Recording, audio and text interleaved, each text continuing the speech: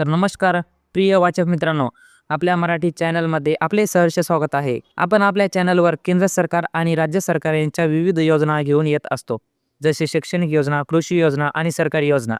आमचा प्रामाणिक प्रयत्न असतो की प्रत्येक लाभार्थ्यापर्यंत योजना ह्या पोहोचल्या पाहिजेत, कोणीही आपल्या हक्कापासून वंचित राहता कामा नये। आज आपण अशाच एक महत्त्वपूर्ण योजनांपैकी एक योजना म्हणजे मोदी आवास योजना, घरकुल योजना बद्दल जाणून घेण्याचा प्रयत्न करणार आहोत। या योजनेसाठी कोणती कागदपत्रे लागतील, या योजनेसाठी पात्रता काय, त्याची सविस्तर माहिती आपण या लेखमधून जाणणार आहोत, म्हणून व्हिडिओला शेवटपर्यंत पहा।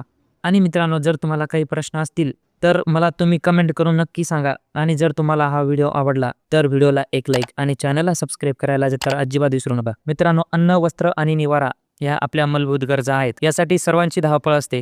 प्रत्येकाला वाटतं आपलं स्वतःचं हक्काचं घर असो। काही ठिकाणी खूपच बिकट परिस्थिती आपल्या दिसून येतात, जसे रोडला लागून पाल लावून राहणारे लोक, गावामध्ये झोपडी करून राहणारे लोक, काही घटनांना तर 2 वेळेच्या जेवणासाठीही संघर्ष करावा लागतो। तर ते घर कुठून बांधणार? यासाठी केंद्र सरकार आणि राज्य सरकार अशा दुर्बल घटक, गरीब, कच्च्या घरात, व्यवसायात, वास्तव्यास आणि बेघर घटकासाठी योजना घेऊन येत असते। सर्वांसाठी घरे हे राज्य शासनाचे धोरण आहे।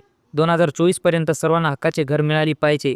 त्यानुसार राज्यात ग्रामीण भागातील बेघरांना घरकुल उपलब्ध करून देण्यासाठी केंद्र सरकार आणि राज्य सरकार विविध योजना राबवत आहेत। तसेच ग्रामीण गृहनिर्माण कार्यक्रमांतर्गत विविध योजनांचा ज्या लाभार्थ्यांना हक्काची जागा नाही त्यांना जागा उपलब्ध करून देण्याकरिता पंडित दीनदयाळ घरकुल खरेदीसाठी अर्थसहाय्य योजना, तसेच निवासी प्रयोजनार्थ अतिक्रमणे नियमाकुल करणे, शासकीय जमिनी विनामूल्य उपलब्ध करून दे इतर कार्यक्रम राबविण्यात येत आहे।